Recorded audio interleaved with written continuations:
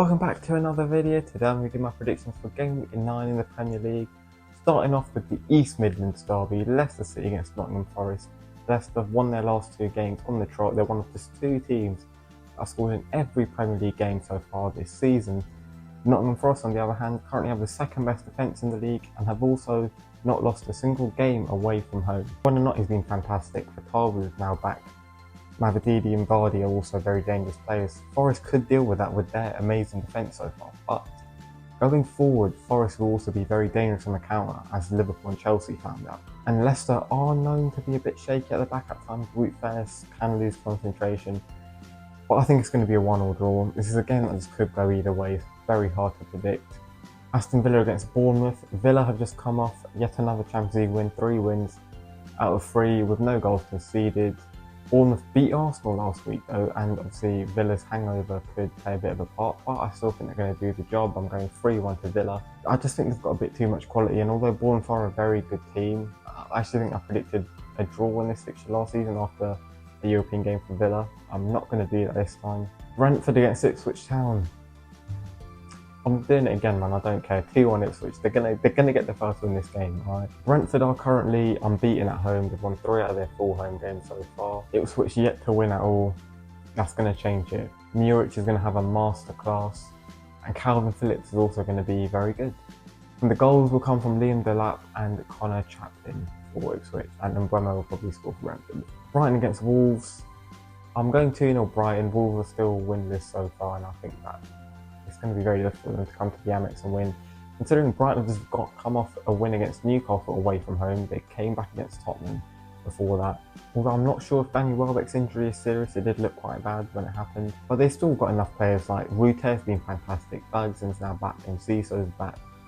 They've got a good attack, you know what I mean? So even though Welbeck has been the star man so far, they should still be able to deal with his absence, in my opinion. And Wolves at the back have just not looked very good. They have looked decent going forward, so maybe a 2-1, maybe a 3-1, 3-2, whatever. But I don't know, man. They look a bit disjointed at times. And Brighton's defence looked a lot better against Newcastle. Obviously, Hertzler has worked on the structure in the international break, which is great. You know, it's what you want to see from a young coach. Manchester City against Southampton. I've gone 5-1 Man City. I think this will be a pretty simple win. Erling Haaland is coming off another Champions League masterclass. They absolutely destroyed Slavia Prague in midweek. And I think they'll just carry on. You know, Kevin De Bruyne potentially could be back, who knows? But even without him, Southampton just aren't very good. And Man City need a thumping win because the last few games they have not been very good in my opinion. Everton against Fulham. I've gone 2-0 Everton. They're currently 4 games unbeaten, and that's going to be 5. Fulham have currently lost 2 in a row, and I think it's going to be 3 for them. Braithwaite could return to the lineup. And although Martin Keane has been good, I think you've got to put Braithwaite in. Maybe Keane could stay and Tarkowski drops back because he hasn't been great. Everton have looked so much more solid in the last few games. Ndiaye has been a fantastic signing. McNeil playing as the 10 has been phenomenal as well. Chelsea against Newcastle. Chelsea got a very good win in the Conference League. Mudryk had a masterclass in that game. Newcastle are currently 4 games winless, and I'm going to back them to win here. 2-1 to the Geordies. I might be being slightly biased, but you know what, I'm doing it. Chelsea have only won 1 of their 4 home games this season. They're clearly a lot better on the road where they get more space. And although Newcastle don't typically defend in a low block, I think they might have to in this one. They've got to hit Chelsea quick on the break because the defenders against Liverpool were just awful, especially the 2 centre-backs. Horrendous performance from them. Crystal Palace against Tottenham in a London derby. Heung-min Son could be out for Tottenham. He didn't play at all in the Europa League. He wasn't in the squad because he apparently saw after the last game and he was just coming back. But even if he's not fit, Mikey Moore dropped a masterclass in the second half, man. It was like watching a young Eden Hazard. He was brilliant. Palace have only scored 5 goals this season. They're yet to win. I think Tottenham should win this fairly comfortably. I've won 2-0, but at the same time, Palace do have to win at some point, and they haven't actually looked that bad in the games they've lost. It's always been very close. But Tottenham have been really, really good to watch. You know, Brendan Johnson's been in brilliant form. Maddison as well. Kulusevski playing in the midfield has been excellent. West Ham against Manchester United. West Ham have been horrendous so far this season. Other than Man United, this is probably not going to be a classic if I'm honest. Man United once again not winning their Europa League game. They're 3 games, 3 draws, just really not good enough. They did destroy Brentford last week, and they were all over them. But at the London Stadium, although West Ham have only won 1 game there this season, I'm going to back them. I'm going 2-0, even though I know Kudus is suspended.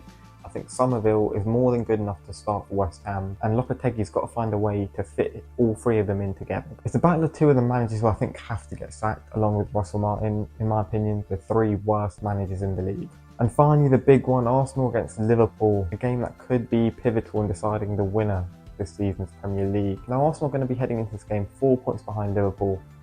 A loss makes it 7 points. A draw really isn't good enough either, considering they're the home team.